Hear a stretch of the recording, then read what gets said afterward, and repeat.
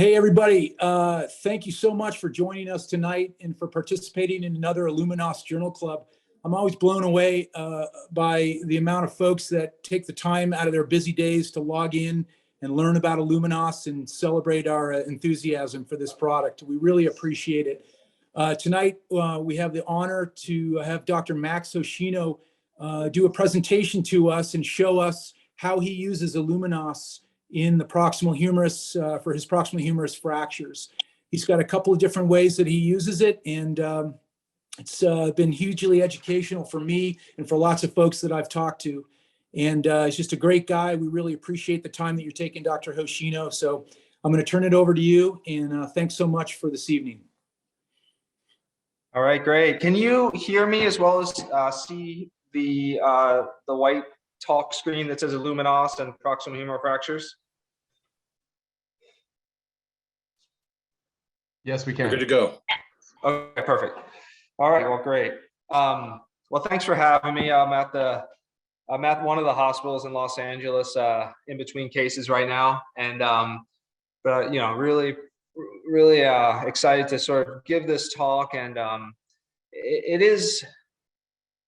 it's rare that something like this comes along, something like IlluminOss, where it really does change your practice, and it gives you sort of a tool that you didn't previously have, and allows you to take better care of some really difficult issues and problems clinically that you just really didn't have an answer for previously. So I heard about IlluminOss a long time ago. I think I was maybe just I was at Harvard UCLA for about the last 10 years. And I think the first year I started there was talk of a trial using IlluminOss and humeral fractures that were pathologic in nature.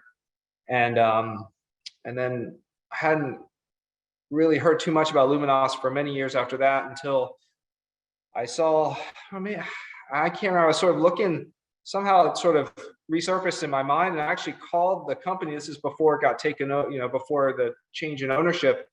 And I left some voicemails saying I was interested in the product, is it around anymore, and things like that. And then, of course, it's in the last few years, it's really, with the change, it's really taken off and been a lot more accessible and great. So I appreciate that. So here we go. So specifically, it talks mostly about proximal humeral fractures and humeral fractures today, although there may be some slides of, or at least some pictures of some other stuff. So let me make sure we can advance this. Let's see. Oh, let me see. Okay, so just general indications briefly. So it's indicated for FDA approved for both standalone fracture care as well as metastatic bone disease, you can see in the middle, and then it's the supplement in the lower extremity for weight-bearing bones with sort of pre-existing methods, and I've used in the lower extremity with plates and rods and all sorts of stuff. In the non-weight-bearing bones as well as in the humerus, it's indicated for standalone, and we'll kind of go through that. All right, so this is sort of the agenda for today. Just briefly touch on the patient population, some unique aspects of IlluminOss that allows us to treat that patient population. Talk about the entry portals in the humerus, some cases, and then just some early publications that have been out. So, who gets proximal humeral fractures? Like a lot of fractures, there's a bimodal distribution. So you have young patients with high energy trauma getting proximal humeral fractures, motorcycle accidents, and things like that. And then you have the older folks, the geriatric type fractures, and it's, I believe, after hip and wrist, it's probably the third most common geriatric fracture, I think. And so it's a common thing that we see, and in the geriatric population. I really think that probably IlluminOss is, in general, very well positioned for the geriatric population, and that's really where the majority of these fractures are. So the interesting thing, so going through this, we really don't always know what to do with our geriatric fractures. So you see the X-ray all the way on the left there of a proximal humerus, geriatric proximal humerus fractures treated non-operatively and went on to a malunion.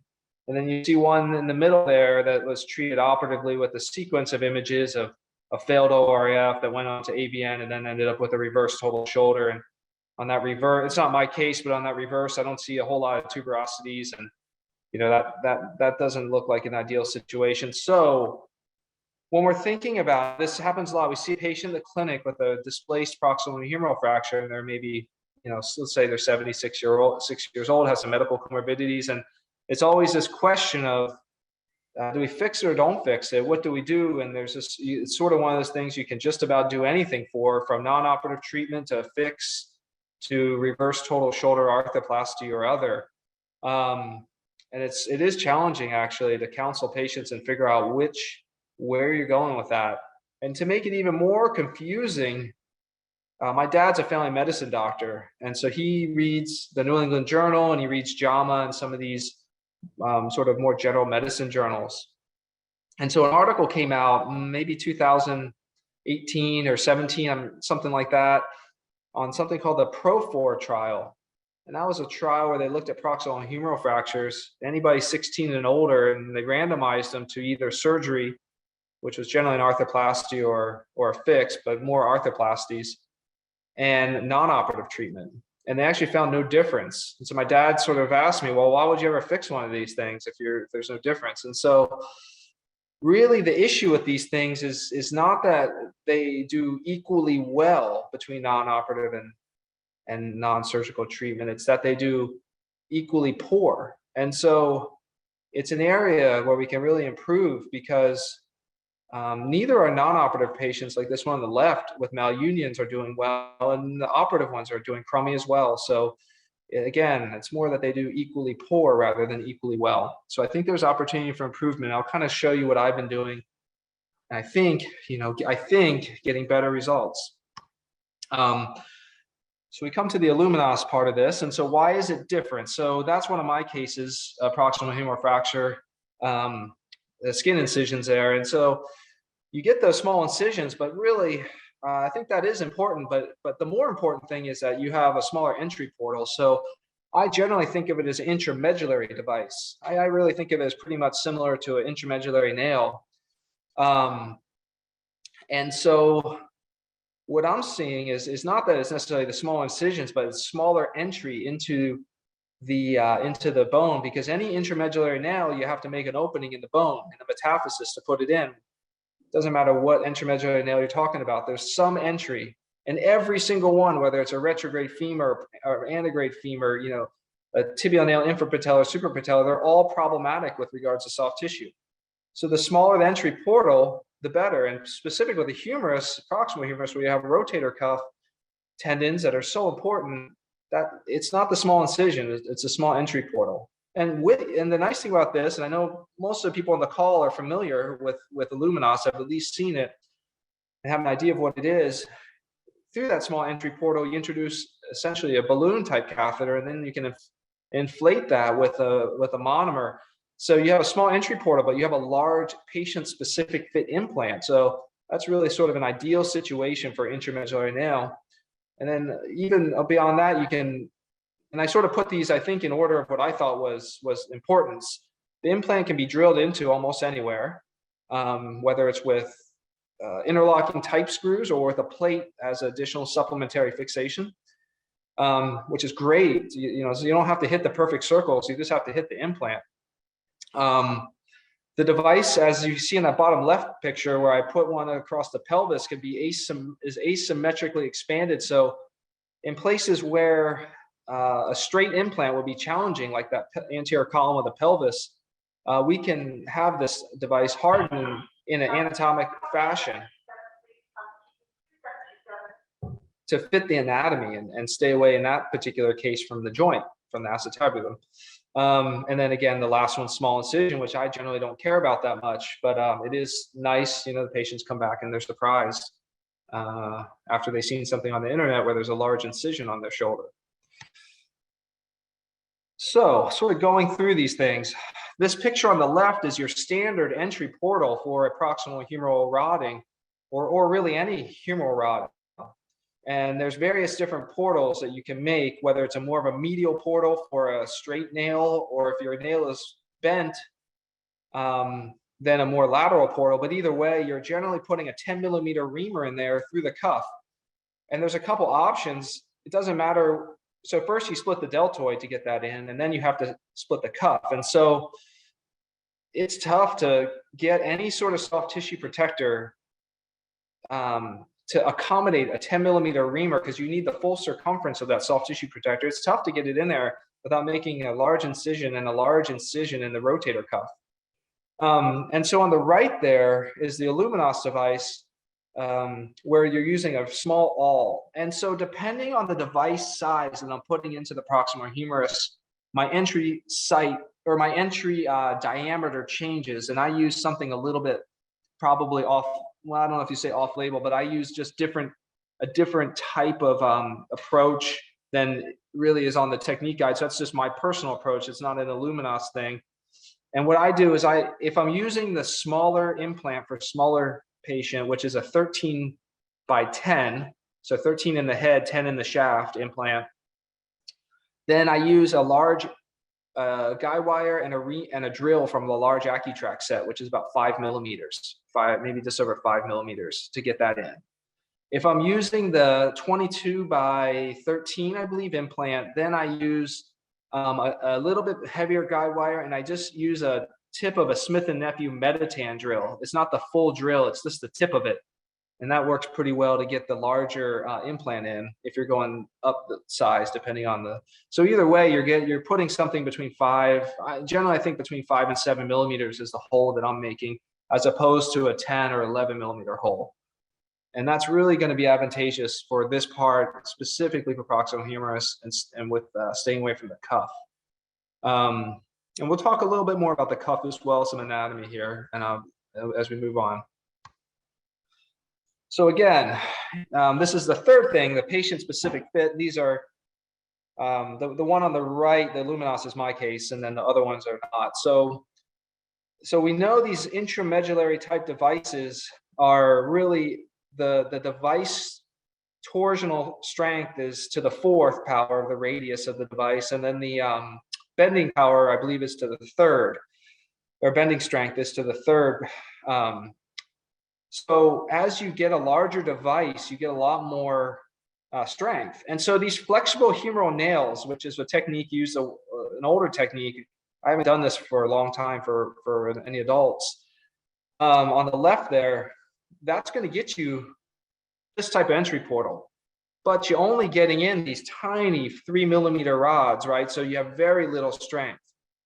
Now you can then go back, right, and you can put the 10mm hole and get a bigger implant in, like the Synthes multi-lock nail there in the middle, which is a reasonable implant that I've used. But you're getting a bigger hole, and you're getting much less fill. You can see, even though that's a fairly large intramedullary nail, it's still not even filling the diaphysis, let alone the metaphysis. And then if you really contrast with all the way on the right there, and you look at my IlluminOss case, you can really see just how much implant you're getting to stabilize this, and sort of the benefit of that from a biomechanical standpoint. And again, you're getting that with the soft tissue friendly nature of not having to make that larger incision. So it's sort of a win-win situation there. And then this is, again, going to that third point of you can drill this anywhere. So this case on the left here is a really complex metastatic case of mine that essentially had tumor in the humerus from the large mid-shaft lesion there that you see between the screws here. The tumor also had extended distally all the way to the elbow and proximally. So I was trying to figure out a way to stabilize the whole humerus. And so I brought 2 IlluminOss devices, one medial column, one lateral column, and then perked. You have to open here for the radial nerve, but I perked a long plate here. And the nice thing about this is you can see, you can really drill in. I just put this as a thing. You can drill into this implant anywhere you want with those screws. And you can do essentially a plate nail construct without having to worry about shooting if you're trying to do a linked implant, You don't have to worry about shooting your screws from the plate through the nail, through the bone and everything like that. It just, you can really shoot these things quite easily. This is another IlluminOss case on the proximal humerus on the right, which shows a more medial entry. Now, this was an interesting case because the reason why I put this up there is because what matters, so the head shaft matters a lot for proximal humerus fractures. I think it does matter.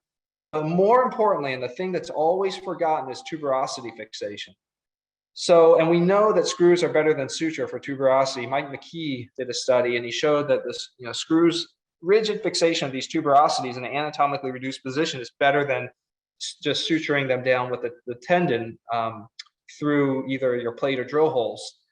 And having the IlluminOss in this medial position to support the head in anatomically reduced position, and then allowing me to shoot these screws from the tuberosity into the device really really gives you a nice fixation of the tuberosity. And that was a displaced greater tuberosity there, and did well with these screws. And I don't always use headless screws. Sometimes I use headed screws, but this patient actually had pretty good bone.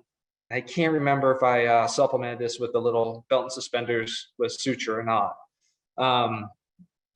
So this allows you to drill at whatever angle you want, so you can fix your tuberosities into your reconstructed head shaft. And again, the tuberosities are just the most important thing for these proximal humerus fractures.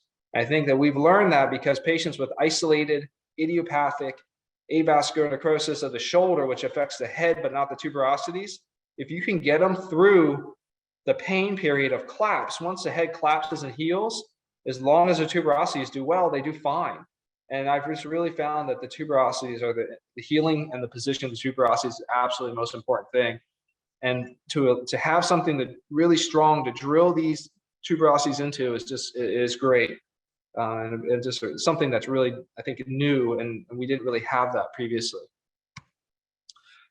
Okay, so let's go to the entry portal. So there's essentially, for the proximal humerus, there's two entry portals, just the same as a nail. And so okay, so you can either come over here anterior lateral to the acromion, or you can do something that I've done more and more to get this medial start point that you see on this slide, is I come through what's called the Neviaser portal, which is right here where this line is. And that's a more medial portal that gets you good fixation in the head. There's been studies on that portal, and it shows that the thought is coming through this supraspinatus muscle is better than coming through the tendon.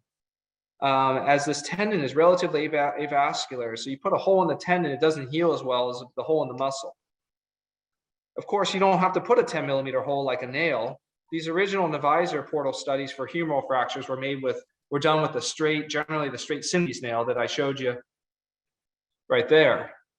But you don't need to put that 10 or 12 millimeter hole. You put the smaller hole in the muscle, and I think it does really well. Again, noting that the rotator cuff and the tuberosities are the most important part of the shoulder. So we come through this more medial portal, or in some cases, that's actually, I'll show you a case where that's not a great idea. And sometimes we'll come as medial as possible, right at the articular tuberosity junction, like a standard sort of more lateral entry nail, and that's fine if that's what the patient's anatomy wants. And also, if you look here, I put this picture here because the more medial you are, the more fixation you're going to get of the head, and I think that's important. I'm gonna jump ahead just one and then back to that. So this case is why I started using that portal, because I did this case early on, and you can see this patient has a fairly prominent lateral acromion.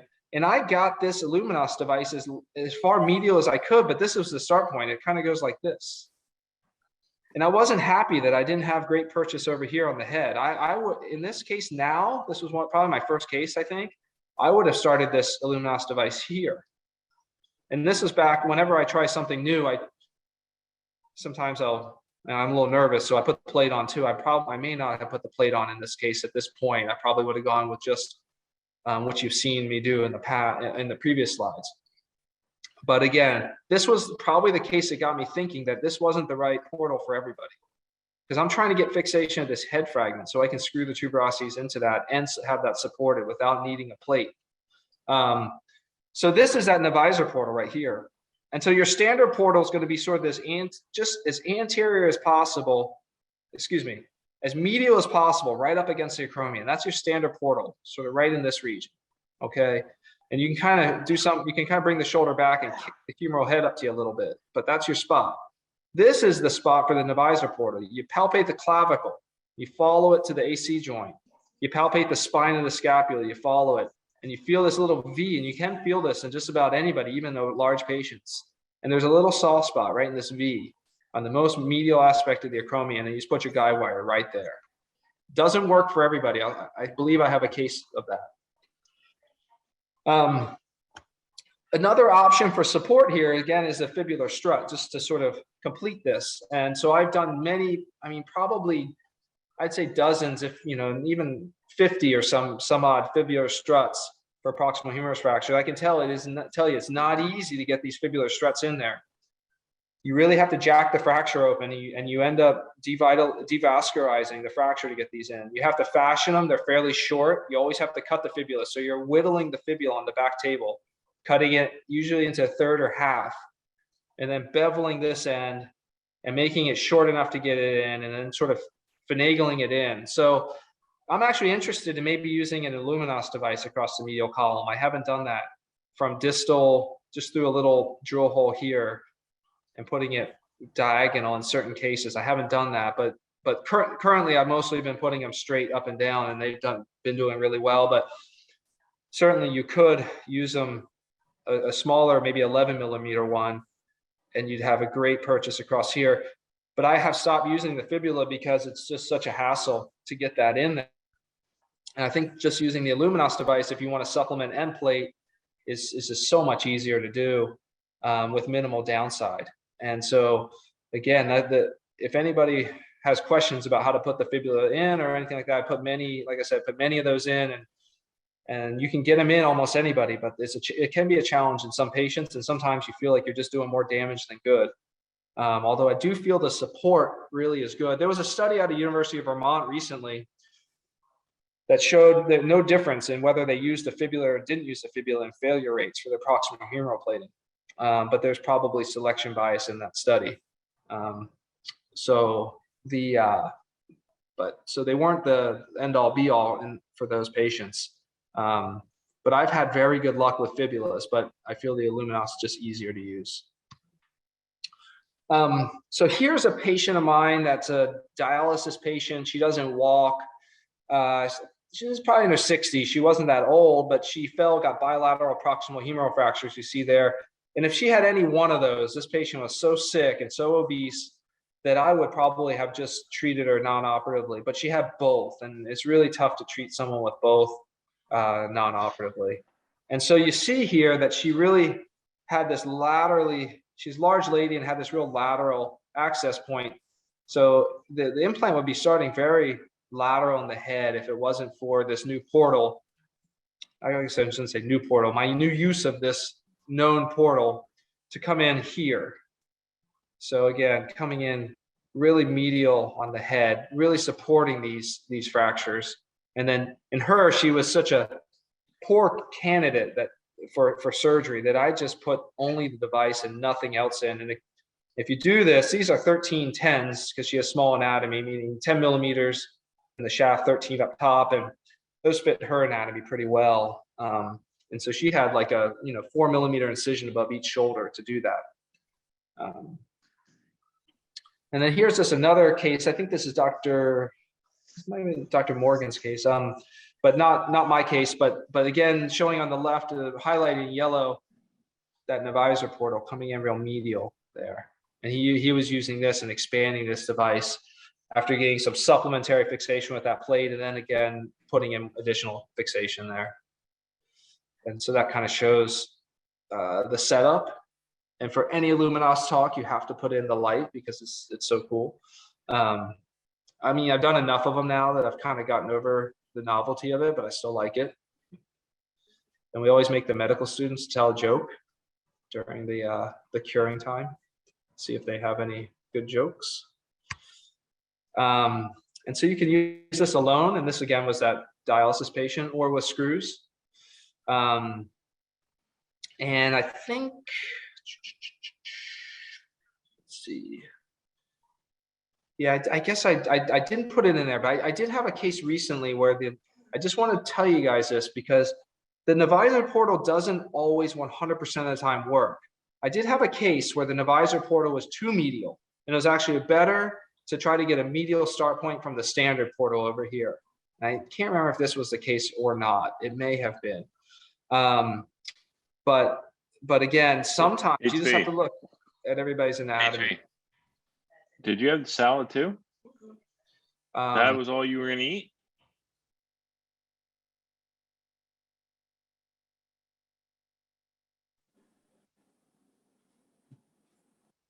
And so we can use this device alone with supplementary screws via percutaneous fashion. And I always use a small frag screw below with the head, because these ones don't work as well down the shaft. So I use the headless ones up top, and then the headed one down below with a plate, as you've seen. And I think all are reasonable options depending on the particular case. And there is at least one study here done in Europe. I believe this was in Denmark, and showed good, good function, good 90% of fractures going on to union at 1 year, which is good for proximal humeral fractures. In 44 patients, mostly geriatric, so average age of 76. Just showing that this was a safe and effective device for these particular cases. Now, this was not a comparative study. They had one, I looked at the complications for this. So what happened to the people that had complications? Because they did have a few complications in the study, but there was really mainly one complication that was, I would say, a more severe complication. That was they did have one implant breakage. But I can tell you, with any device, if the fracture doesn't heal, as you know, the implant will fail. So 1 out of 44 is not anything concerning to me. But if the patient is not going to heal their fracture, then this is not necessarily going to 100% save every single case. I don't think we could say that, and I think everybody knows, there's nothing 100% medicine. But this goes along with my experience that this is safe and patients do well, and minimal complications.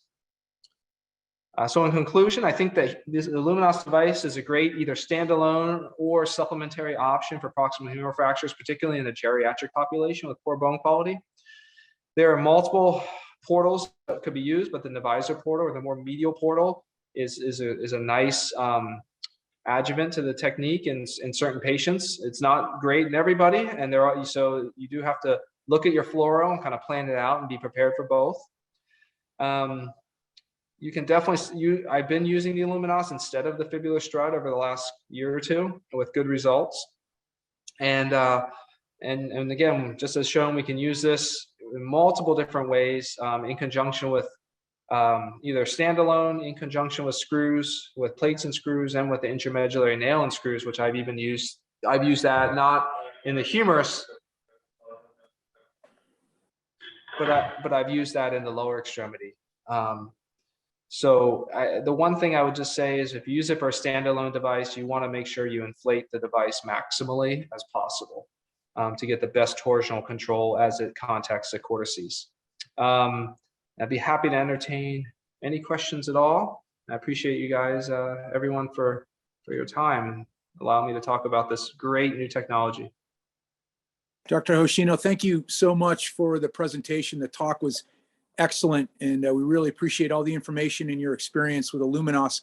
I'll just open it up. If anyone else has questions, please feel free to unmute yourself or put it in the chat, and Dr. Hoshino will take those. I just wanted to start off with a quick question here. Are you reaming for these proximal humerus fractures? And if you are, you mentioned the sizing of the implant is super important in getting it to engage in the intramedullary, in the endosteal bone and in the intramedullary canal. So are you reaming for this, and how are you preparing the canal at all in order to gain the most fixation and stability? Yeah, so I think if you noticed on some of these, let me see if I can go back. So some of my cases. So that was, I think, an earlier case in which, and that one has better bone quality, but that one, so I have not been reaming.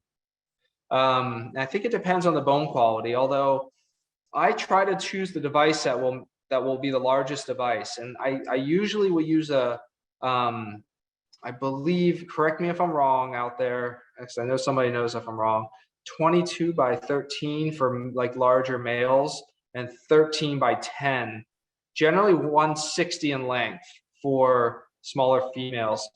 In my population that I'm using this in, generally I'm able to get this type of expansion without any reaming at all. Now there's that sort of egg beater reamer, and I just generally have not felt the need to use that.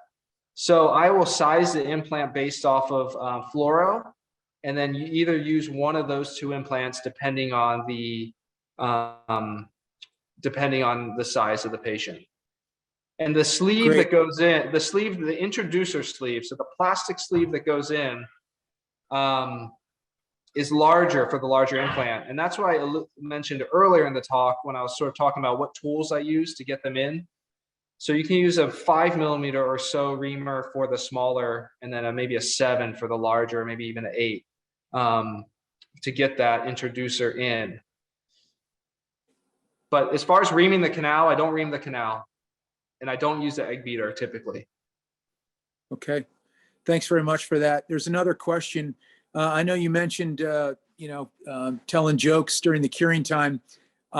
Somebody has asked, how soon are you able to drill through the IlluminOss nail after it is curated? Cured.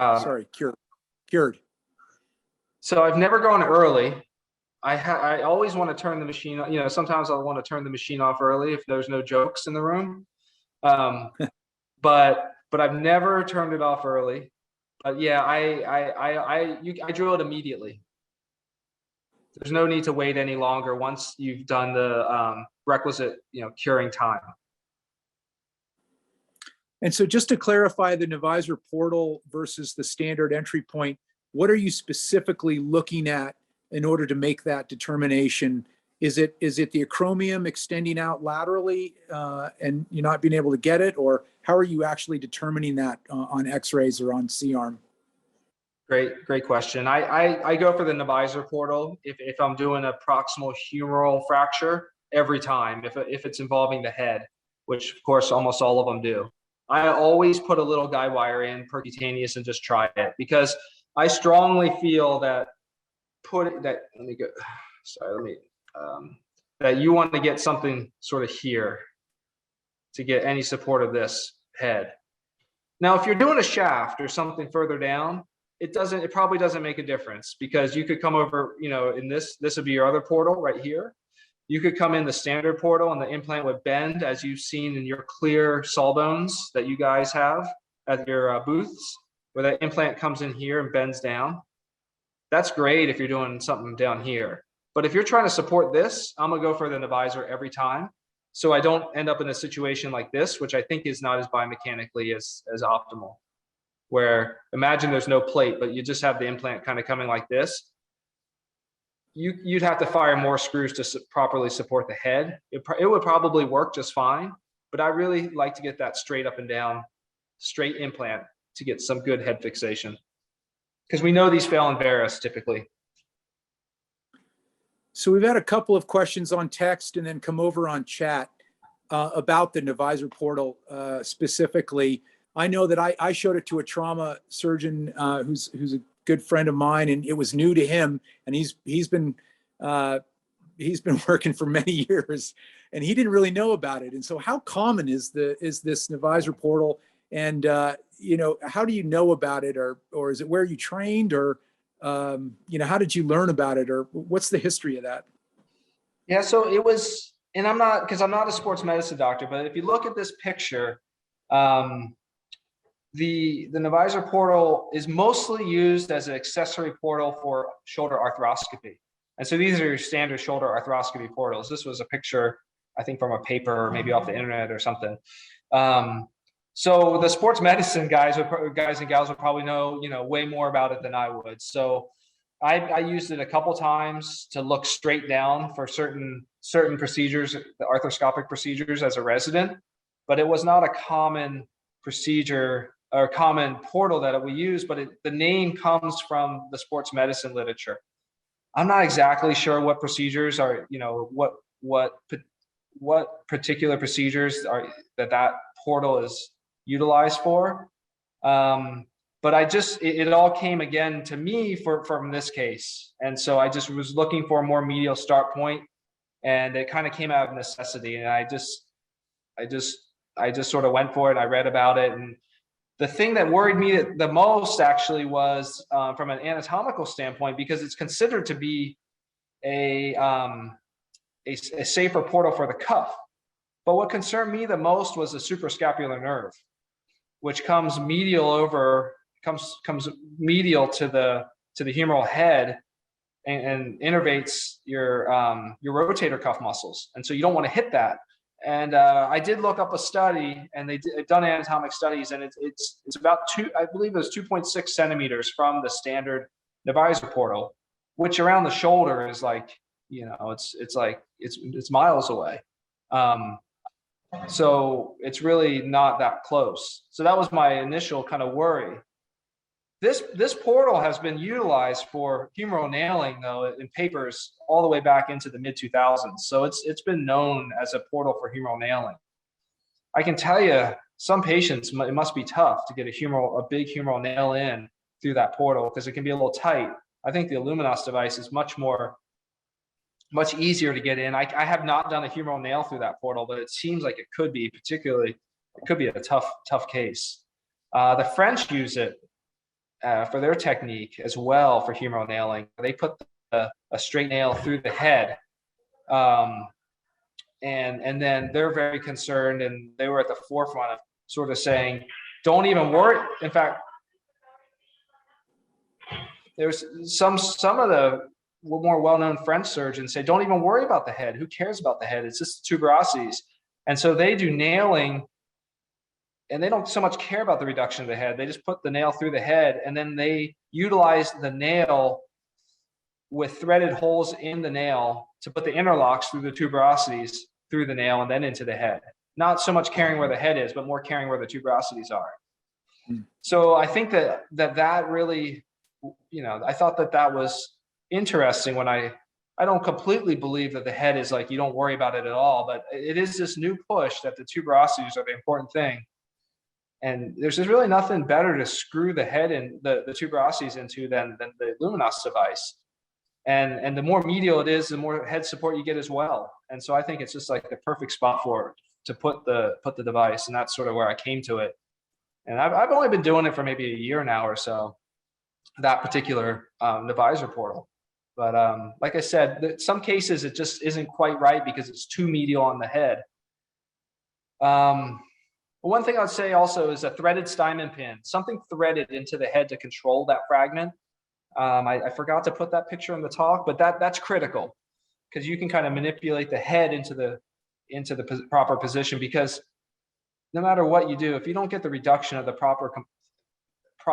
if you don't have the proper reduction, you're not gonna win on this. So still, on all these talks about implants, always, just like I tell the residents, the reduction, that's the most important thing. And then the implant's secondary. Great. I think we'll end there. Dr. Hoshino, thank you so much for your time. And everybody, thanks so much for joining us tonight. Please reach out to any of us if there are questions or you guys want to follow up. And everybody have a great rest of the week. And thanks so much for your time.